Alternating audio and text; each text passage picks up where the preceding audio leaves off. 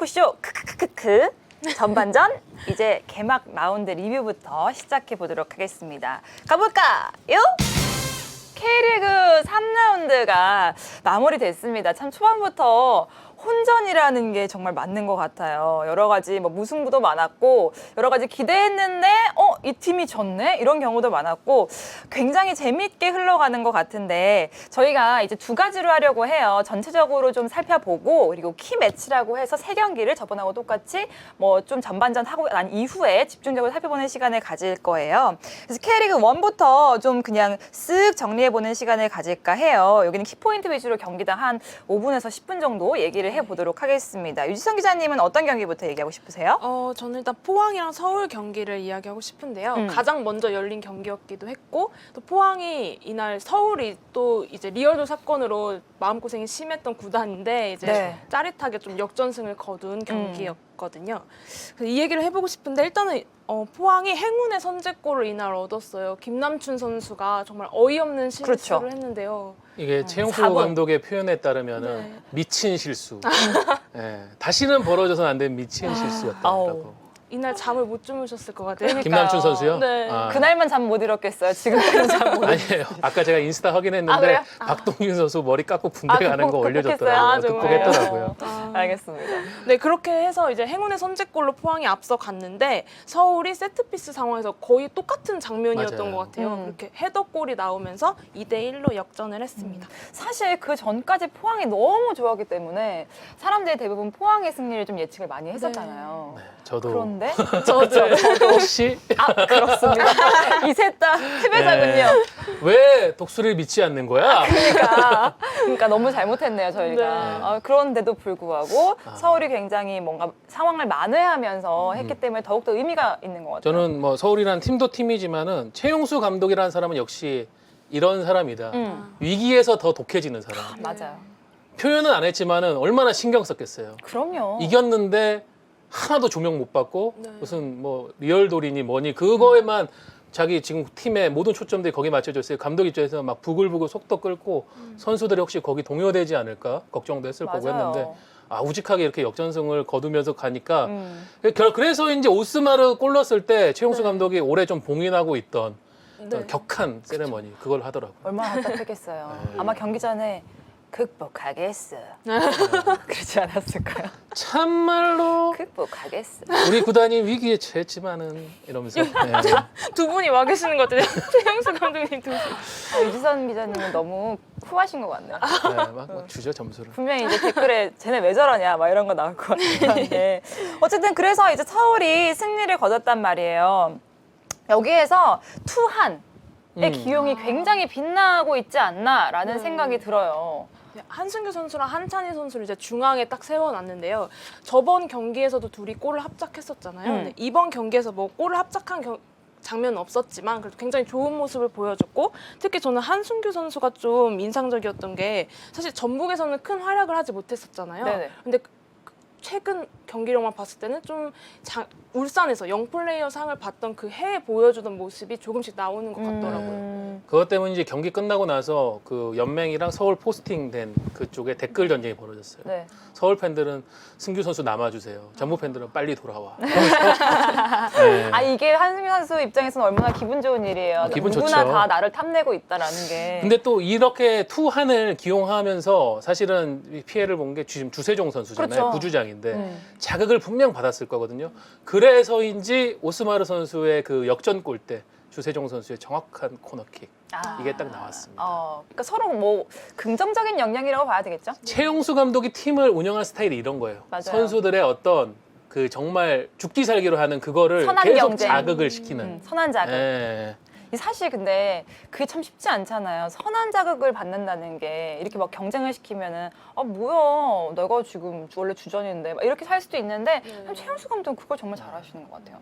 하지만 감독이 최용수고 베테랑인 박주영 선수가 앞에서 그렇게 열심히 뛰기 때문에 누구도 아무 말 할 수 없습니다. 예. 네. 해야죠. 맞습니다. 네. 특히나 투한이 지금 황금 중원이라고 막 불리는데 벌써 이 둘이 얼마나 좋은 모습을 계속 보일지 계속해서 기대가 되는 모습입니다. 자, 이제 광주와 상주로 넘어갈게요. 1대0으로 상주가 이겼죠.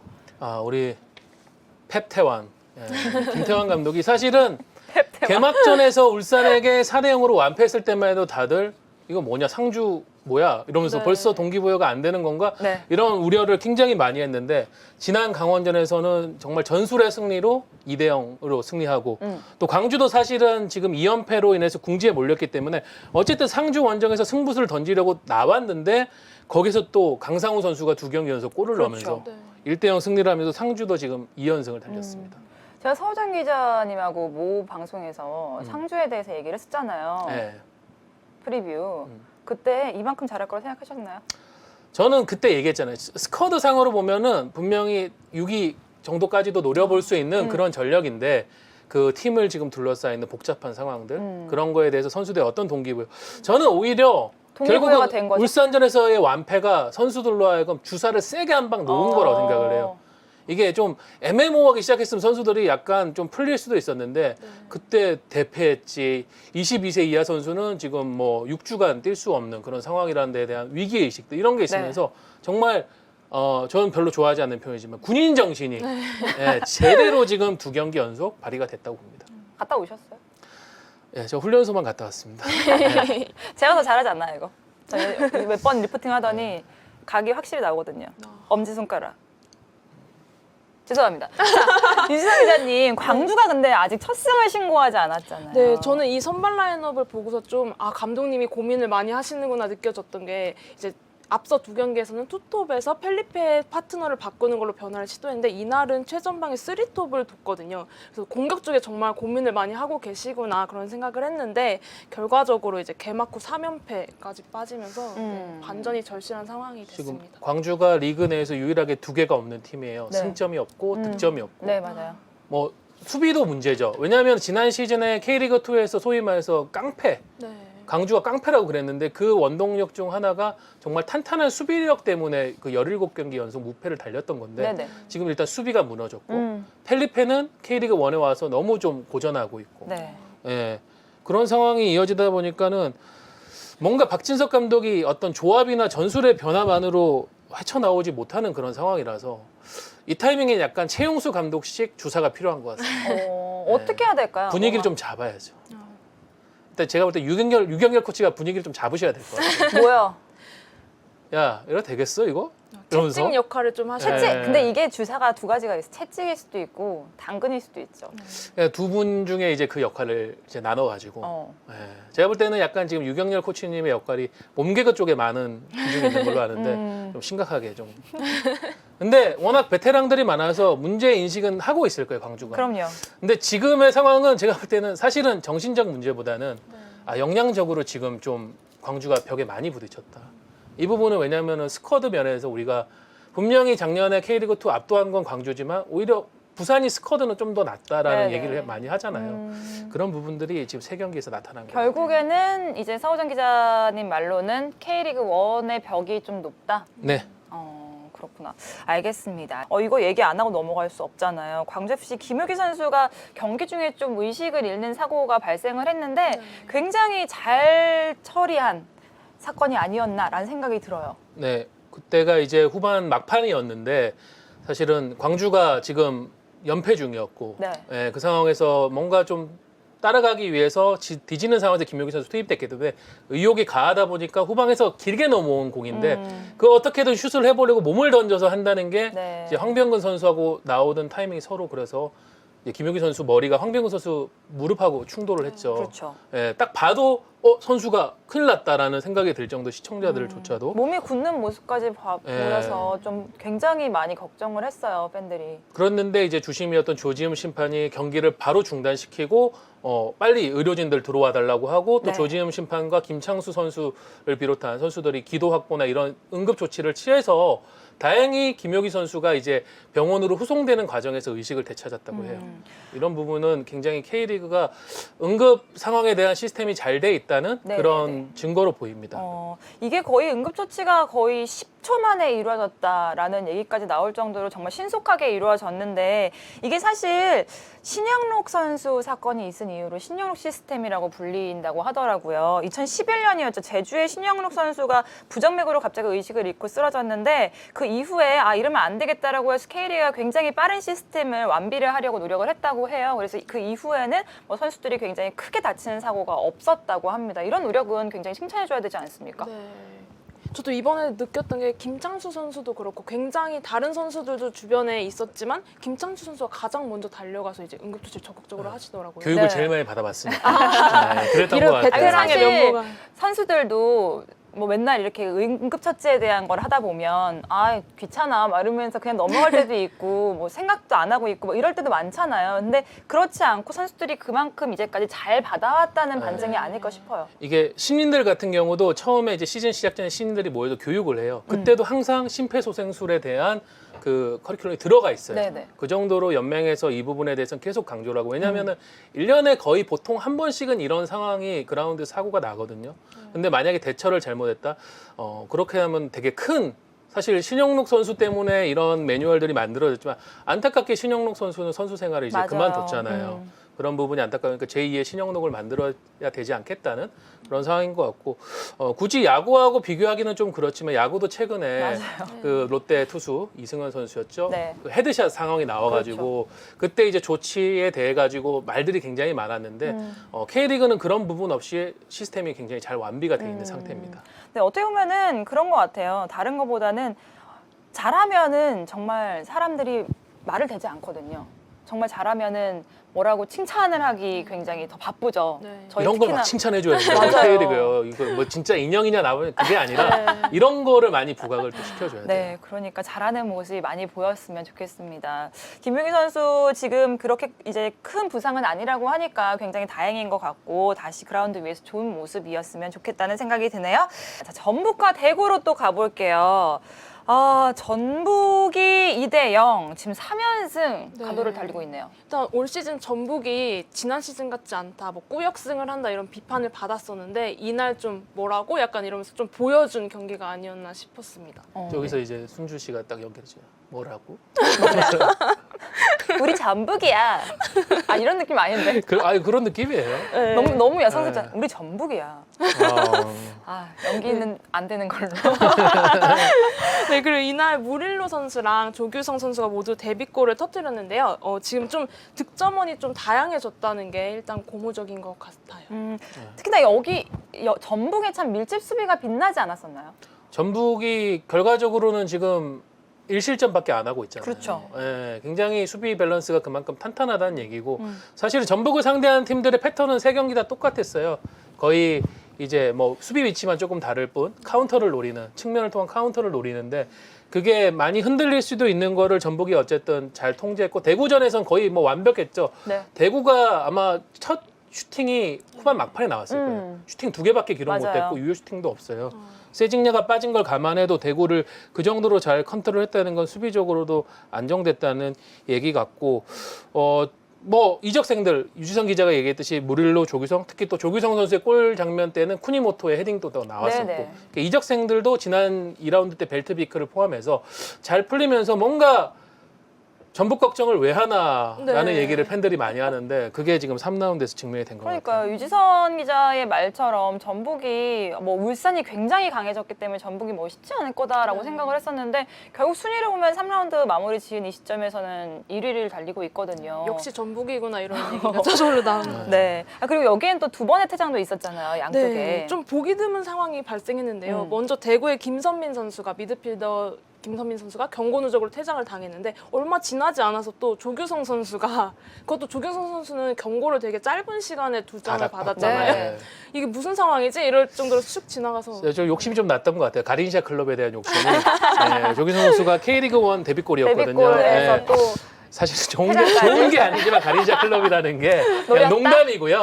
네, 어쨌든 이렇게 돼서 다음 경기에 일단 조규성 선수는 이제 못 나오죠. 못 나오는데 뭐 별로 걱정 안 될 것 같아요. 이동구 선수 있고 그럼요. 벨드비크 선수 있고.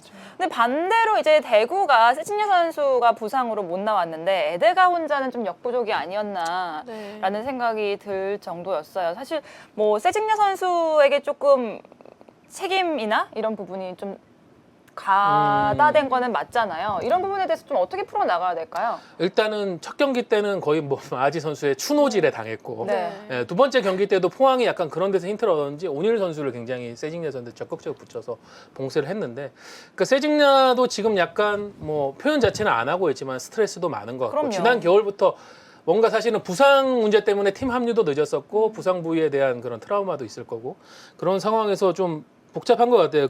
제가 볼 땐 차타군이 부상도 있지만은 그런 마음의 부상을 좀 달래주기 위해서 대구가 한 템포 쉬고 간 것 같고 세징야는 근데 돌아와서 또 책임감을 보여줄 거예요. 이 선수는 프로의식이 굉장히 강한 선수이기 때문에 돌아올 거라고 보고요. 또 비슷한 지점에선 전북이 대구의 에이스가 세징야라고 하면 전북의 에이스는 지금 김보경 선수라고 하는데 그렇죠. 네. 이날 김보경 선수가 벤치에 있다가 후반에 교체 투입됐어요. 어.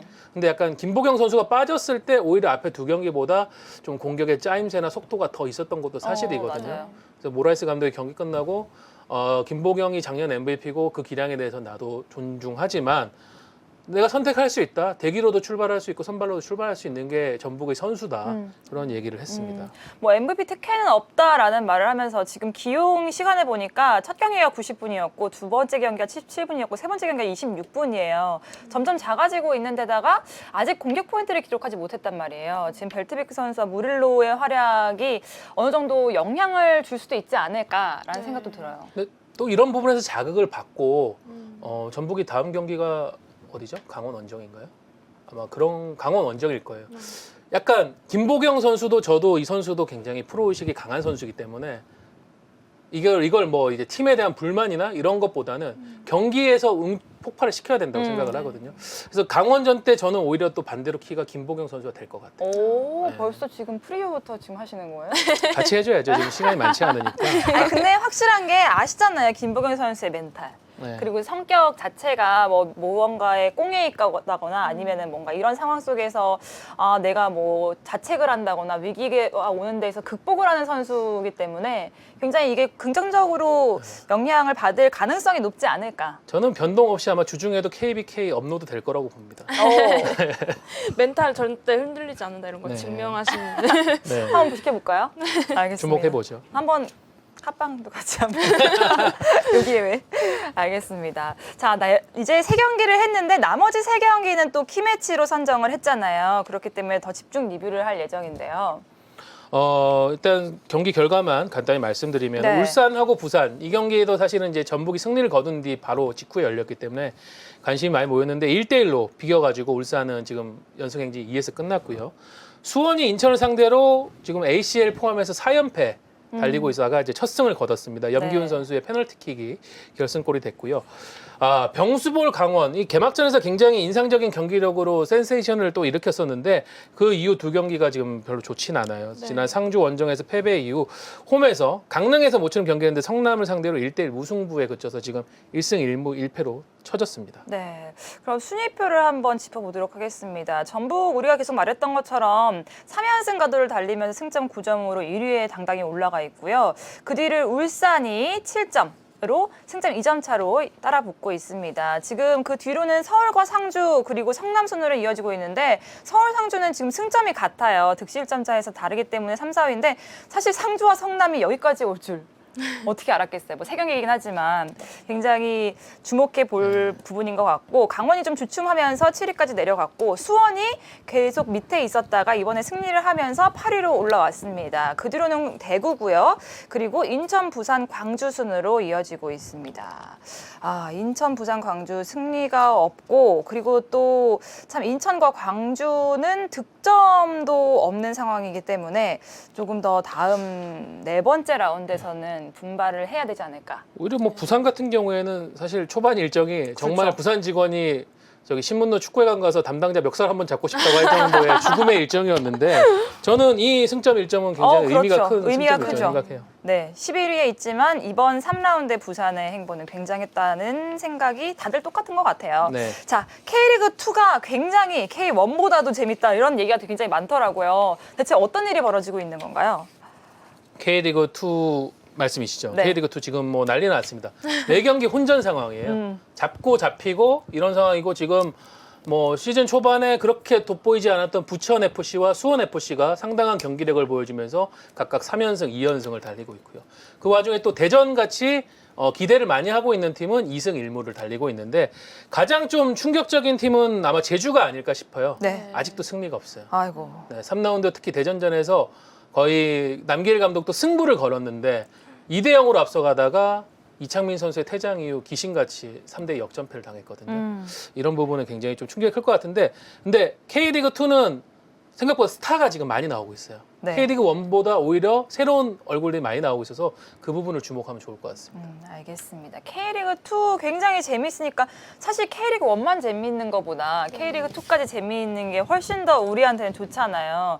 뭐 작년부터 시작해서 K리그2가 굉장히 살아나고 있는 것 같아서 기분이 좋습니다. K리그1, K리그2 모두 다 주목해 주시기를 바랄게요.